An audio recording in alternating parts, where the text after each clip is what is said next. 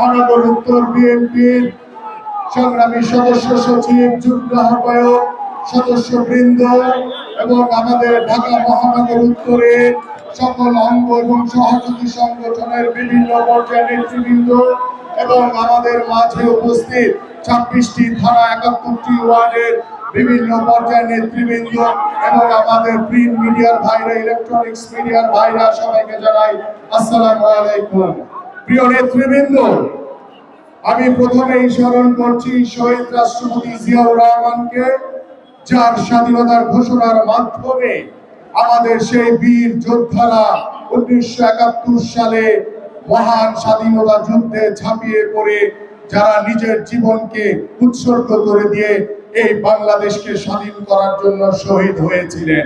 আমি স্মরণ করছি 90-এর গণঅভ্যুত্থানের বীর শহীদদেরকে, যাদের আত্মত্যাগে স্বৈরাচার এরশাদকে বাংলাদেশ থেকে বিতাড়িত করা হয়েছিল।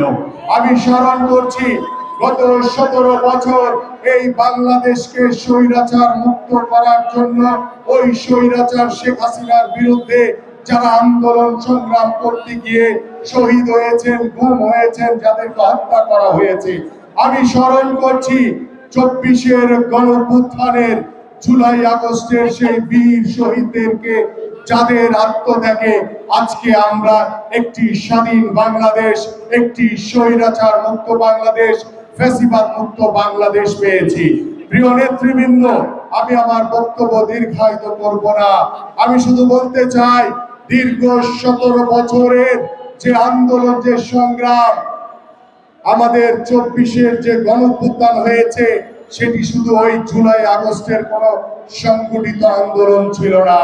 আমাদের এই আন্দোলন ছিল দীর্ঘ 17 বছরের। সেই আন্দোলনের সংগ্রামের নেতৃত্ব দিয়েছেন আমাদের বিএনপির ভারপ্রাপ্ত চেয়ারম্যান জনাব তারেক রহমান এবং আমাদের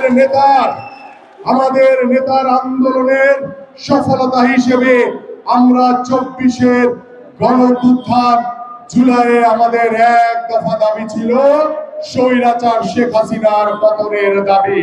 সেই দাবিতে বাংলাদেশের ছাত্র জনতা আজকে যে স্বৈরাচার মুক্ত হয়েছি, সেই ছাত্র জনতার গণঅভ্যুত্থানে আমরা 5ই আগস্ট স্বৈরাচার শেখ হাসিনা মুক্ত হয়েছি।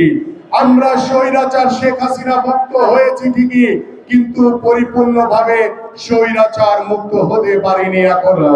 আমরা গণতন্ত্রের দ্বার প্রান্তে পৌঁছেছি, কিন্তু পরিপূর্ণভাবে এখন পর্যন্ত গণতন্ত্র প্রতিষ্ঠিত করতে পারিনি। আমাদের গত 17 বছরের যে আন্দোলন, যে সংগ্রাম, শহীদ পরিবারের যে আত্মত্যাগ, সেটা কখনোই বৃথা যেতে পারে না।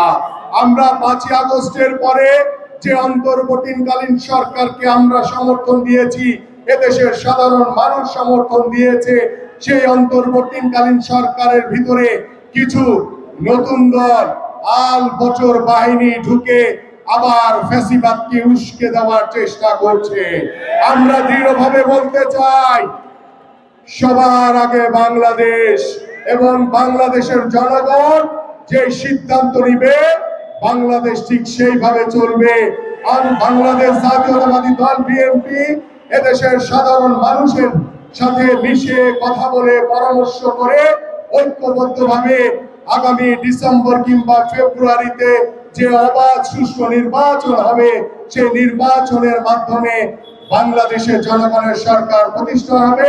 সেই নির্বাচনকে লক্ষ্য রেখে কতিপয় নতুন দল আল বটর বাহিনী তারা দেশের ভিতরে ঢুকে সংস্কারের নামে, বিচারের নামে ফ্যাসিবাদকে উস্কে দিয়ে তারা নির্বাচনকে পিছিয়ে দেওয়ার অপচেষ্টা করছে।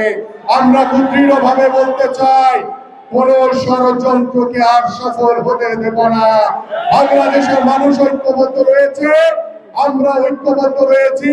বাংলাদেশ সাধারণ মানুষকে সাথে নিয়ে আমরা ঐক্যবদ্ধভাবে বিএনপির ভারপ্রাপ্ত চেয়ারম্যান জনাব তারেক রহমানের নেতৃত্বে একটি অবাধ সুষ্ঠু নির্বাচনের মাধ্যমে বাংলাদেশের জনগণের সরকার প্রতিষ্ঠা হবে এবং সেই জনগণের সরকার 24-এর গণঅভ্যুত্থানের বীর শহীদদের স্মরণে তাদেরকে রাষ্ট্রীয় মর্যাদা দেওয়া হবে, তাদেরকে রাষ্ট্রীয় খেতাব প্রদান করা হবে।